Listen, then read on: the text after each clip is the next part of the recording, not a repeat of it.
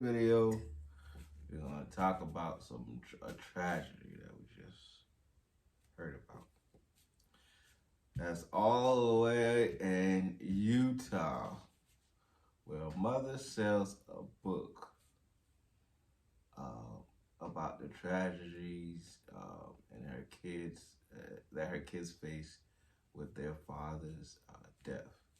And all the admirations that the kids have for their dad, they basically rounded up in the story and put it in a book. While she's promoting this book, it's later found out that she is the murder suspect that poisoned her husband. That's freaking insane. Insane. What are your thoughts on it? I just think it's very sad because, first of all, she made a book about grief, right? Mm-hmm. And everyone had sympathy for her during that time. Like, oh my God, I feel so bad. Like, you're so awesome. You made this book about grief and how you're so strong. How could you do this? Like, your husband just died. You just released a book. How could you do that? Mm-hmm. Like, imagine all those good praises she's getting, right? Yes. And then a year later, almost a year later, come to find out, she poisoned her husband and murdered him. With 5 times the lethal amount of fentanyl in his system. Yeah, she made him a drink, and she basically poisoned him with the drink. And the way she got the drugs is they said that she asked for the Michael Jackson drugs. That's horrible. And in the book itself, he called him an amazing husband, basically implying that he was better used to her dead than he was alive.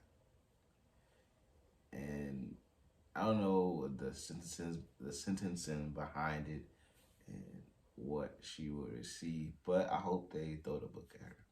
And I feel what?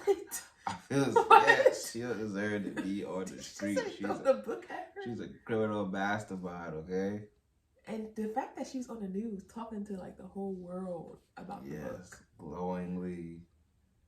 And then you could see the people that the anchors were looking at her like, what?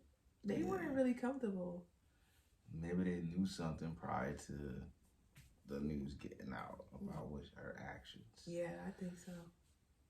And it's just horrible because now the kids will be without any of their parents.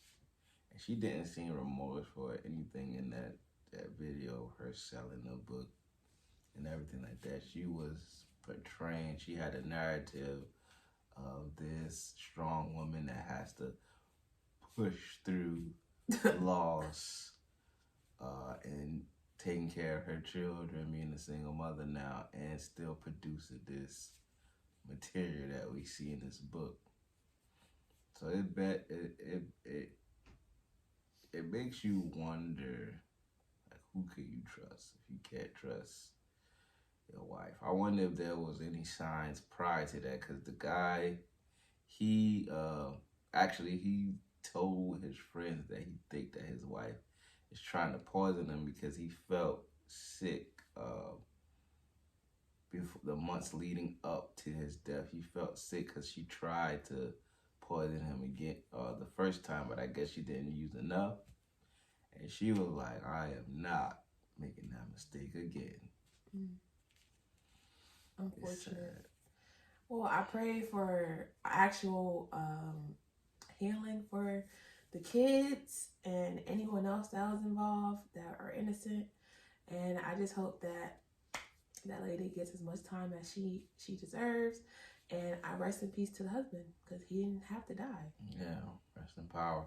He really didn't have to die. And the person that she got the fentanyl from should also be persecuted. Yes, everyone involved should be persecuted to the fullest extent of the law. We need to get these horrendous people off the streets for our safety and for other kids' safety. All right. Till next time, let us know what you think down in the comments below. like, subscribe. See you in the next time.